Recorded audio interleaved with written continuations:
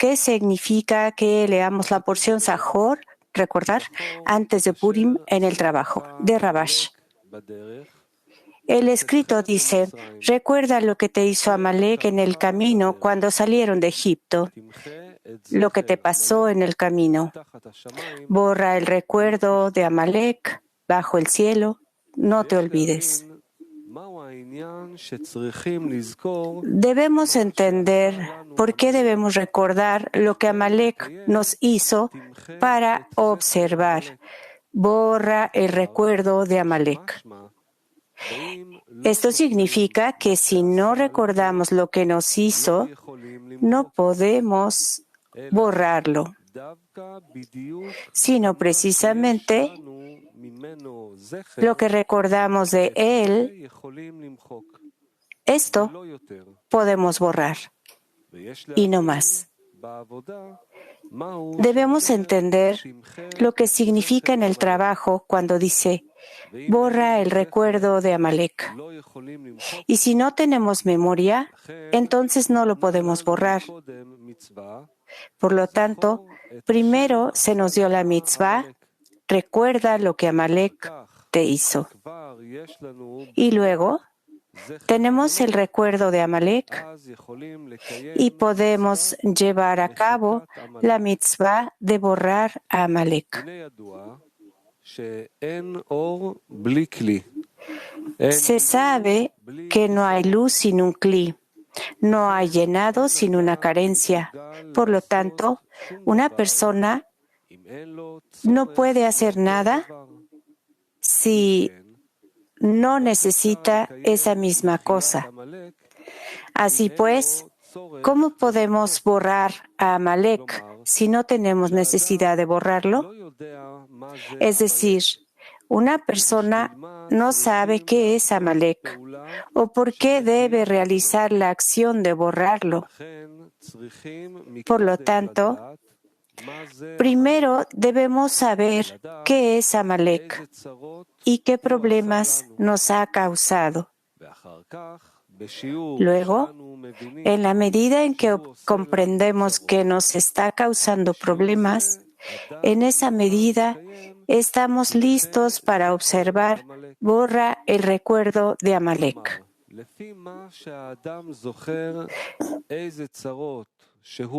En otras palabras, según la memoria de uno de los problemas que le ha causado, en esa medida la persona está dispuesta a borrarlo. Es decir, precisamente de acuerdo con lo que recuerda que lo ha perjudicado. Hasta ese punto, quiere sacarlo del mundo. Si una persona no recuerda que le ha causado muchos problemas, entonces no tiene necesidad de borrarlo. Por lo tanto, en la medida en que lo recuerde, puede borrarlo y no más. Resulta que no se puede observar el borrado de Amalek, sino solo en la medida en que recuerde los problemas que le causó. Por esta razón, la preparación para borrar a Amalek debe ser saber quién es Amalek, es decir, cuál es el papel de Amalek contra el pueblo de Israel. Es sobre esto que el versículo dice, recuerda lo que Amalek te hizo en el camino cuando salieron de Egipto, lo que te pasó en el camino. En la medida en que una persona siente lo que Amalek te hizo, puede llevar a cabo, borra el recuerdo de Amalek. Es decir, si uno no recuerda que Amalek lo perjudicó, de por sí no tiene ninguna razón para borrarlo. Cuando una persona reflexiona, quiere ver quién es su enemigo, que solo le hace daño, que es el deseo de recibir en beneficio propio, que se llama inclinación al mal. ya que impide que una persona reciba el deleite y el placer que el Creador le quiere dar. Por lo tanto, cuando uno lo mira, en la medida en que siente que el deseo de recibir es su enemigo, en la medida de la preparación para conocer y sentir el sufrimiento que le causó, solo en esa medida está dispuesto a borrarlo del mundo. Este es el significado de lo que está escrito: borra el recuerdo de Amalek. Es decir, esto implica que debemos saber que se puede borrar solo en la medida en que recordemos cuál es la medida del mal que nos ha causado.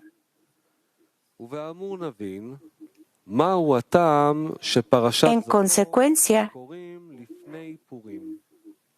podemos entender por qué se lee la porción Zahor, recordar, antes de Purim.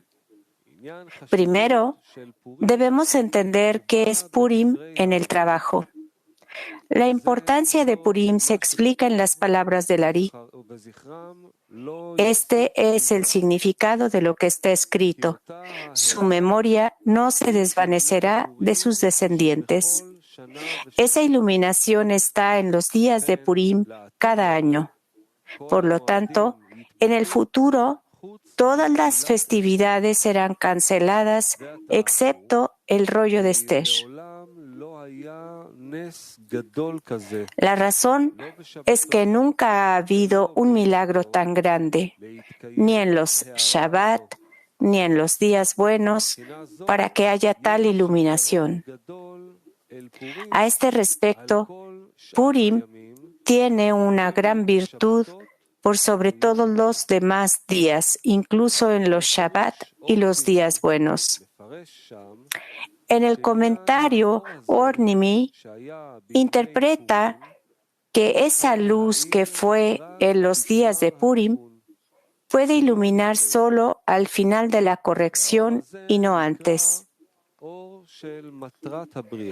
Esta luz se llama la luz del propósito de la creación, es decir, es la luz de Jochma que está vestida en las vasijas de recepción, lo que significa que quiere recibir el deleite y placer que está allí, que proviene del propósito de la creación. Esta luz del propósito de la creación, llamada luz de Jochma, no puede iluminar sin vestimenta, y se viste en la luz de la corrección de la creación, llamada luz de Hasadim. Antes del final de la corrección, esta luz de Jochma, llamada Gadlut de Jochma, no puede iluminar junto con la luz de Hasadim. En ese momento, hubo un milagro debido al ayuno y su clamor, que extendieron la luz de Hasadim, y luego la luz de Jochma pudo vestirse dentro de la luz de Hasadim. Y esto se considera que hubo un milagro. Cuando la luz brilló antes del fin de la corrección, ya que por naturaleza esa luz solo puede iluminar al final de la corrección, que se llama en el futuro por venir. El milagro fue que ésta iluminó antes del final de la corrección. Es por eso por lo que nuestros sabios dijeron: todas las festividades serán canceladas excepto el rollo de Esther, ya que la luz de Purim es la luz que iluminará en el futuro. Está escrito: y se pararon al pie de la montaña. Significa que él forzó la montaña sobre ellos como una palangana y dijo: si aceptan la Torá, muy bien, pero si no lo hacen, ahí será su entierro. Rabba dijo, aunque la generación la recibió en los días de Asuero, como está escrito, conservaron lo que ya habían recibido. Por lo tanto, vemos la importancia de Purim, que aceptaron la Torá voluntariamente, mientras que hasta entonces fue solo por coerción. Con esto, podemos interpretar lo que preguntamos. ¿Cuál es el significado de la porción de Sahor antes de Purim? La razón es que no hay luz sin un cli. Por lo tanto, primero debemos recordar lo que Amalek hizo, porque Amalek en el trabajo se llama inclinación al mal, y recordar los problemas que causó al pueblo de Israel. Luego, una vez que tenemos un cli, que significa una carencia, es posible la plegaria, ya que entonces estaban ayunando y llorando, y luego fueron recompensados con guardar y recibir de buena gana por el amor del milagro. Resulta que debemos prepararnos para Purim. Debemos decir que la preparación es para la carencia y el cli para la recepción de la luz. Esto significa que al sentir la carencia, podemos recibir el llenado. Así como hay 6 días de trabajo antes de que podamos llegar al estado de Shabbat, como dijeron nuestros sabios, el que no se esforzó en la víspera de Shabbat, ¿qué comerá en Shabbat?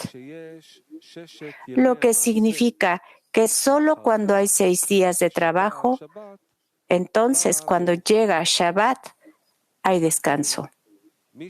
Por lo tanto, alguien que trabaja en Shabbat es considerado como profanando el Shabbat, es decir, que profanó el descanso.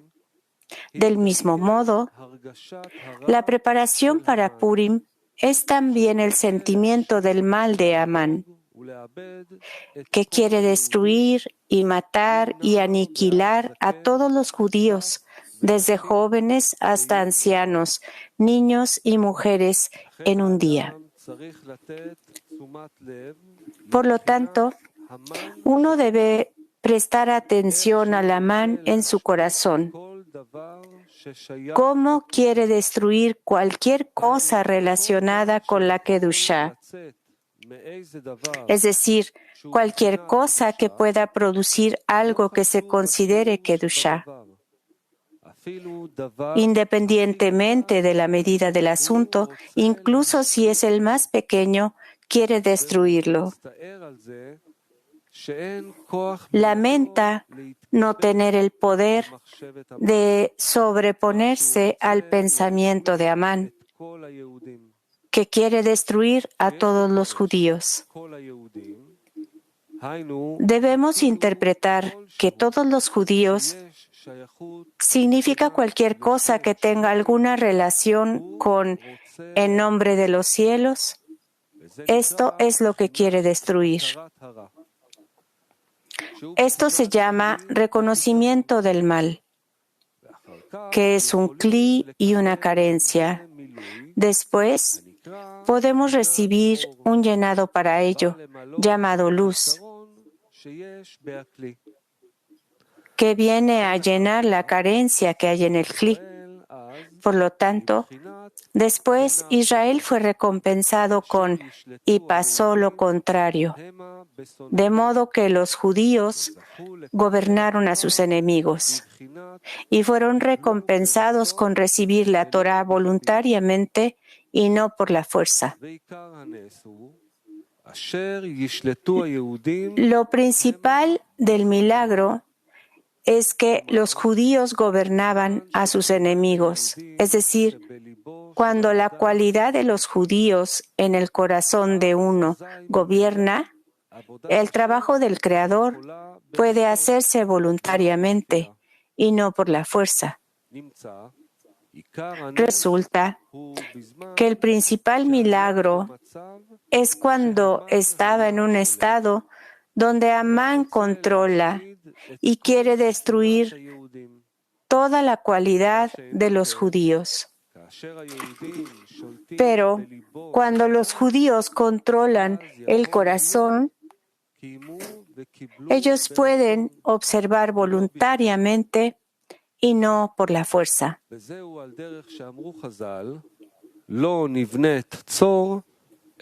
Esto es como nuestros sabios dijeron. Sor, la ciudad de Tiro, fue construida solo de la ruina de Jerusalén y viceversa. Cuando uno se levanta, el otro cae. Por lo tanto, el trabajo principal del hombre es orar al Creador para que le dé el deseo de otorgar, ya que esto es lo principal de la plegaria, como está escrito. El que viene a purificarse es ayudado. Cuando el Creador le da el deseo de otorgar, este es el principal milagro. Y esto se llama una segunda naturaleza. Y está en manos del Creador dar una segunda naturaleza. Es por eso por lo que se lee la porción de Zahor antes de Purim. Pero antes de la porción Zahor, de recordar, se lee la porción Shekalim. Esto viene a decirnos que en el trabajo, como dice el Zohar, Shkalim significa Even, con la cual pesar, piedra. Esto es así porque uno debe sopesar el orden de su trabajo para ver si es o no por el bien del Creador. Es decir, es imposible borrar a Amalek antes de que uno conozca el poder del mal dentro de él y cómo causa todo el distanciamiento del Creador. Por lo tanto, al sopesar el trabajo para ver si está bien o no, podemos llegar al reconocimiento del mal. Luego, en la medida en que sentimos el mal y no podemos superarlo, es decir, que vemos que no podemos prevalecer sobre él, esto todavía no se considera como reconocimiento del mal. Sin embargo, esto significa que él ve las pérdidas que el mal le causa y quiere deshacerse del mal, pero no puede. Esto se llama reconocimiento del mal, que significa la sensación del mal. En otras palabras, cuando ve las pérdidas que el mal le causa, esto se llama reconocimiento del mal.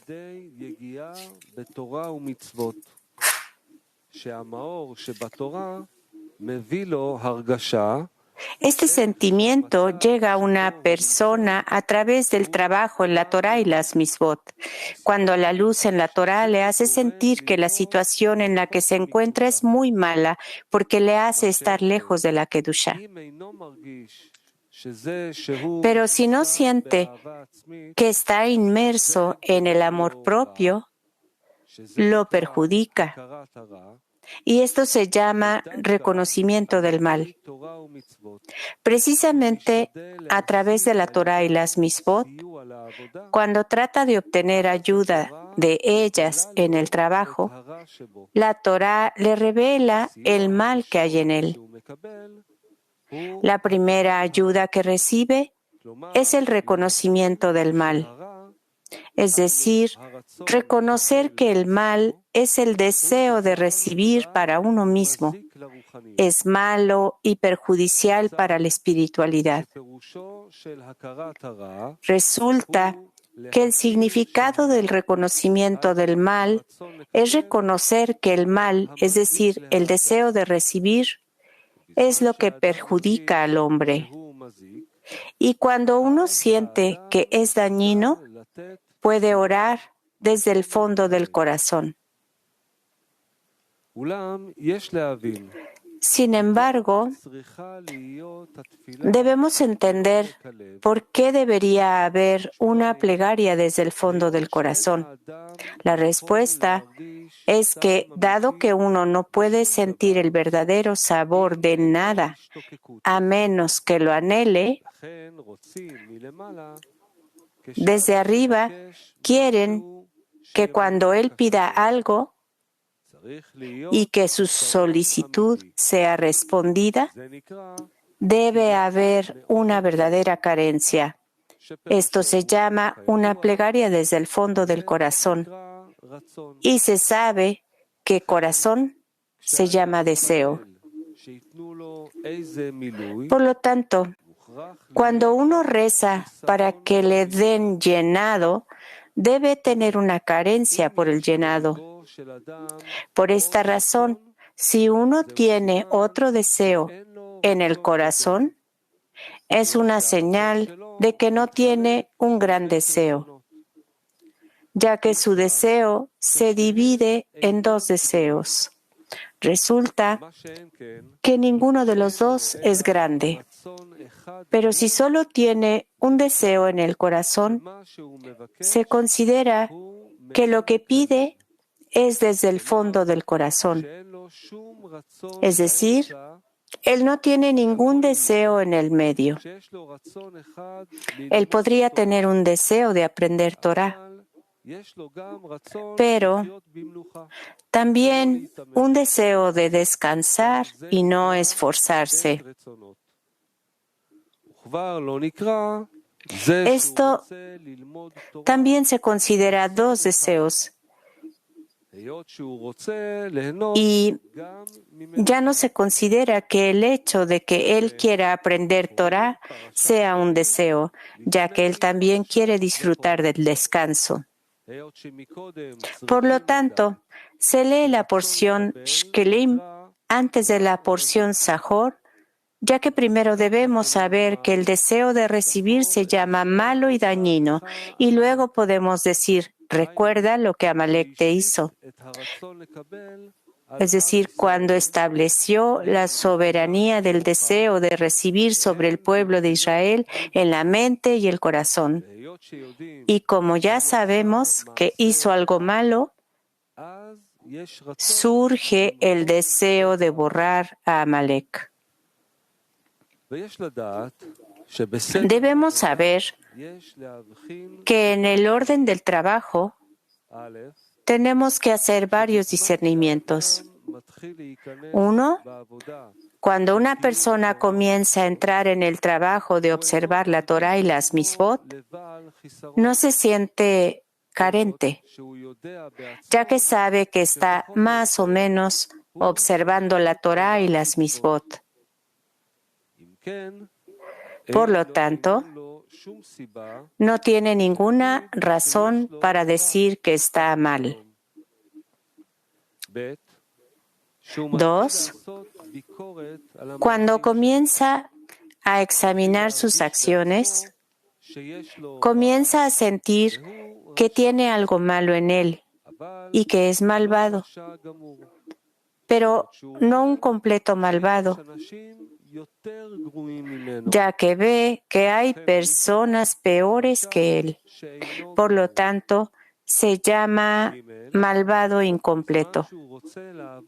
3. Cuando quiere trabajar con el fin de otorgar, ve cuán lejos está de este trabajo. Por lo tanto, el malvado viene a él con las preguntas ¿quién y qué? En ese momento llega a un estado en el que ve que es un malvado completo, tanto en mente como en corazón. 4. Cuando se encuentra en un estado de ascenso, piensa acerca de sí mismo que es justo, lo que significa que permanecerá en un estado de ascenso para siempre. Sin embargo, después, otro descenso llega a él y ve que es malvado. Por lo tanto, no sabe qué decir acerca de sí mismo, ya que si quiere decir que es un malvado completo, él ve que tiene ascensos cuando se mira a sí mismo como justo, o ya que para decir que es justo, ve que durante un descenso, él es malvado. Dado que una persona está cerca de sí misma, acepta un soborno del cuerpo, que lo ama y dice que en verdad es justo, pero un justo incompleto. En otras palabras, dado que el cuerpo disfrutará más si se justifica a sí mismo, dice sobre sí mismo que es un justo incompleto. Debido a que tiene descensos, en ese momento se encuentra en un estado de malvado y no dice que es malvado debido al descenso, por la razón anterior de que acepta un soborno del cuerpo, por lo que elige decir que él es justo, pero incompleto. Como está escrito, un soborno ciega los ojos de los sabios y distorsiona las palabras de los justos. Podemos ver un ejemplo de esto en la forma en que se comporta el mundo.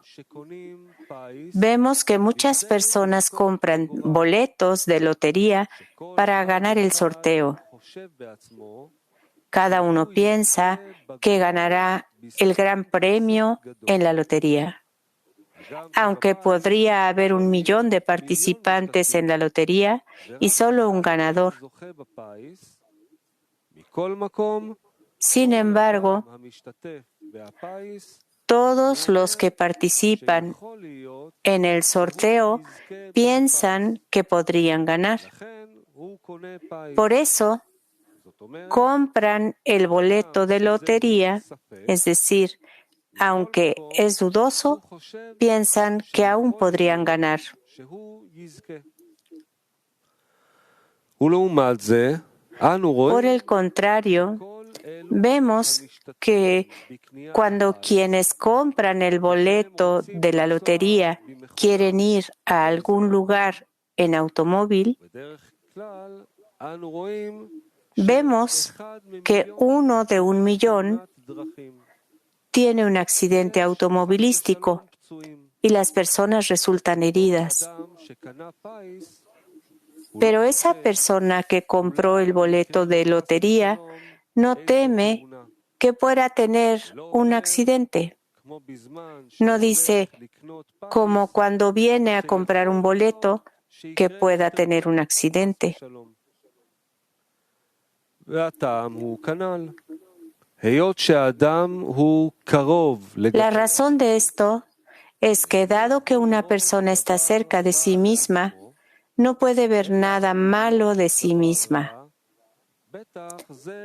Si hay algo malo, probablemente les pasará a otros y no a él,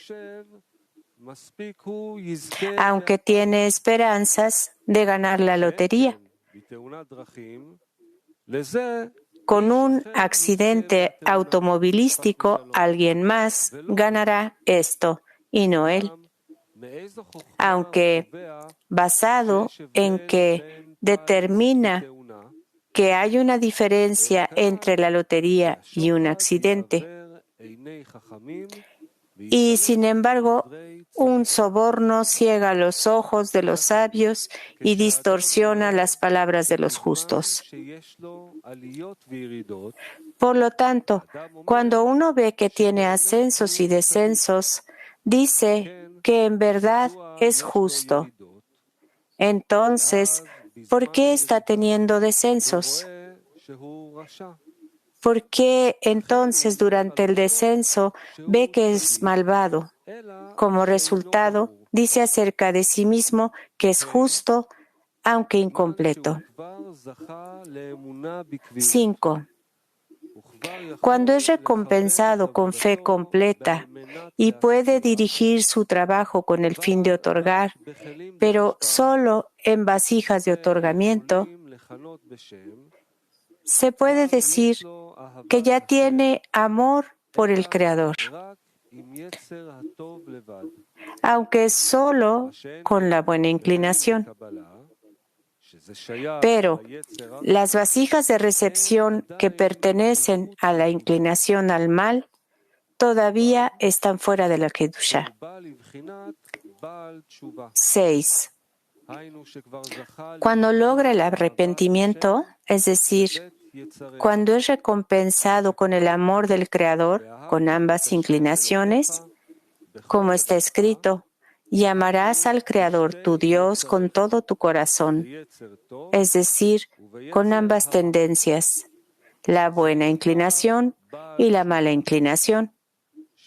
Esto se considera que uno se ha arrepentido, lo que significa que lo malo en él, que son las vasijas de recepción, también han entrado en la Kedushá y puede trabajar con ellas con el fin de otorgar.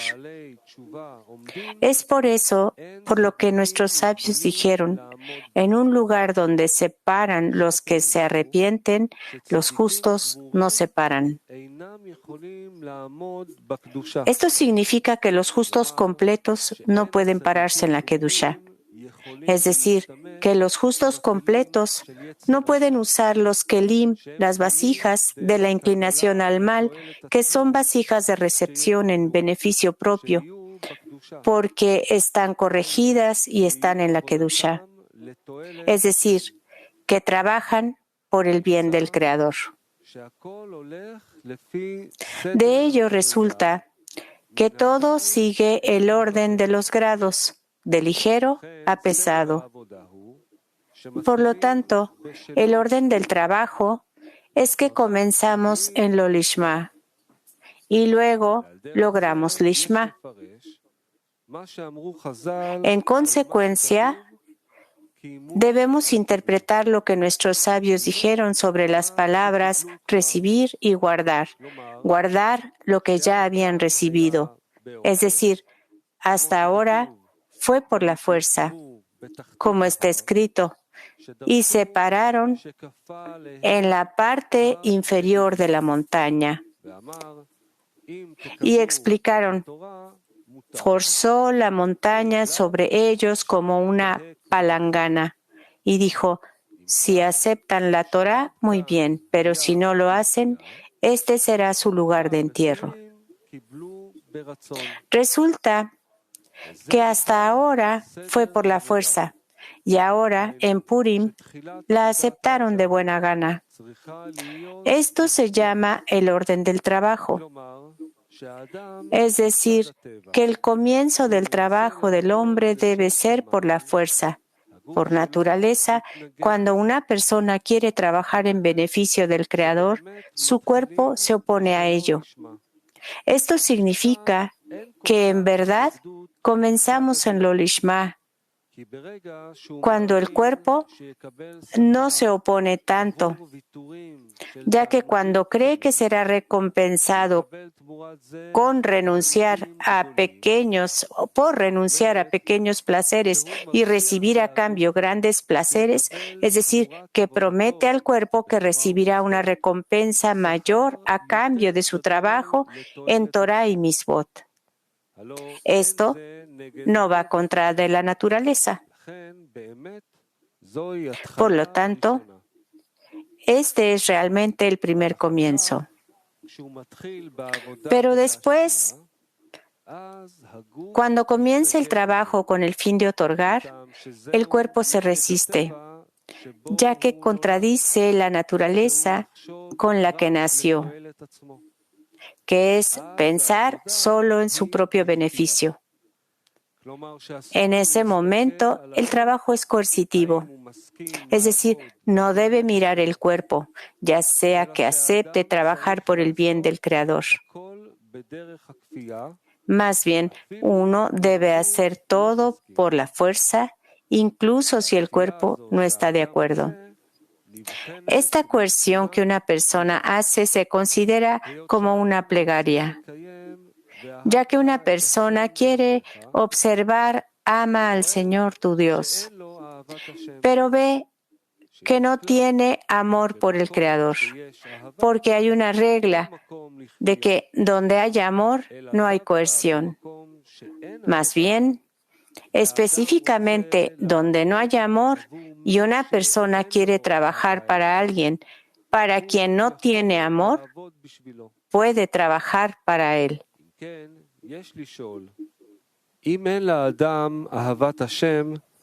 Por lo tanto, debemos preguntarnos, si una persona no ama al Creador, ¿por qué trabaja para él? Es decir, ¿por qué debería uno trabajar coercitivamente? La respuesta es que se nos dio la fe. La persona debe creer que a través de la coerción se fuerza a sí mismo que realmente quiere amar al Creador, y esto es una plegaria. Con esto, será recompensado con aceptado voluntariamente por el amor del milagro. Es decir, el Creador les dio la segunda naturaleza, que es el deseo de otorgar, y fueron recompensados con el amor del Creador y recibieron todo de buena gana.